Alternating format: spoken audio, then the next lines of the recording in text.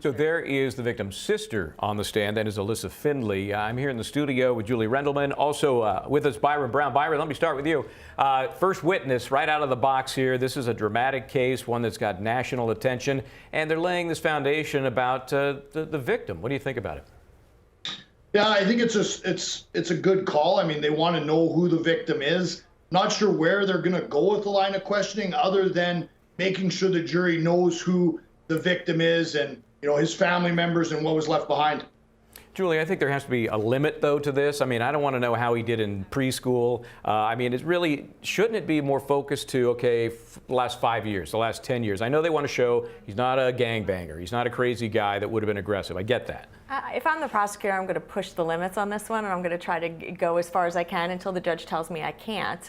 You know, keep in mind, he's not alive to get up there on the stand and describe what happened when a woman came into his house and shot him. And so the only way to hear anything about him is through this witness. Now, she also may be testifying, because usually in cases like this, you need some kind of corroboration of identification of the body. So I assume that there will be more relevant facts. But I think that, you know, I as a judge, I would definitely be giving a little leeway. Not go crazy, but a little leeway. Okay, and I'm guessing the defense probably doesn't want to start objecting right out of the box about these things. This is Texas, so get ready for some large picture of some sort of both Jean near the witness stand, near the jury. They allow that in Texas. Alyssa Findley on the stand there, the victim's sister, giving some of the background about her brother. And importantly, Byron Browne, she's talking about some medicine he had, some issues he was dealing with. We know from the prosecution opening that he smoked marijuana, perhaps for medicinal purposes. Does it matter to a jury whether somebody's smoking for medicinal purposes or just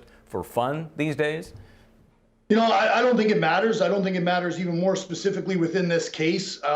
He was in his own apartment at the time that someone essentially broke into his apartment and murdered him. So I don't believe the marijuana use, one way or the other, is going to make any difference. We know that, Julie, he was eating ice cream at the time she broke in.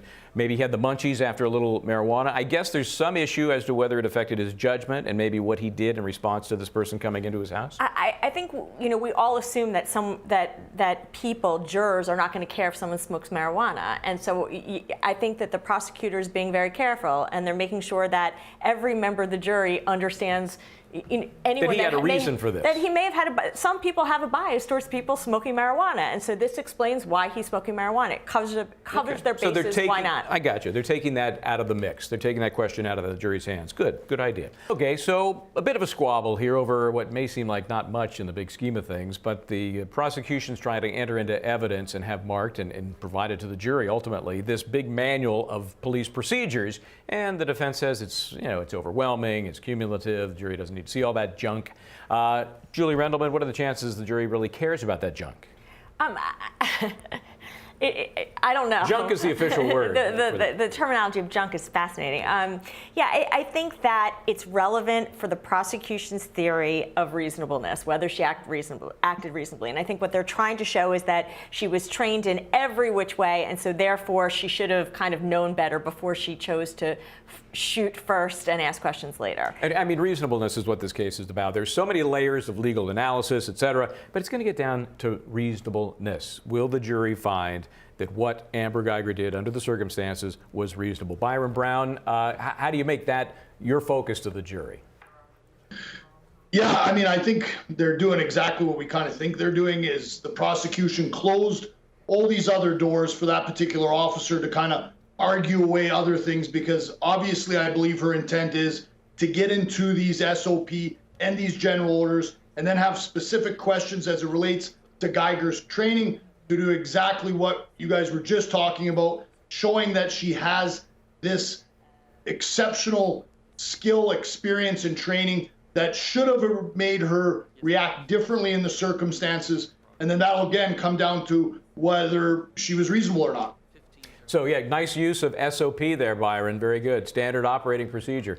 Yeah, and that obviously what she did as a job is important. I'm more concerned about what she did on that day, because that obviously, that 14-hour shift led up to the ultimate events that took place on the 6th of September on that date. Julie, is the jury going to get bogged down by some of this or maybe other details and maybe lose focus somehow? They may. I mean, you know, look, juries always lose focus when you have someone on the stand. When you do an opening that's too long, the jury starts to lose focus.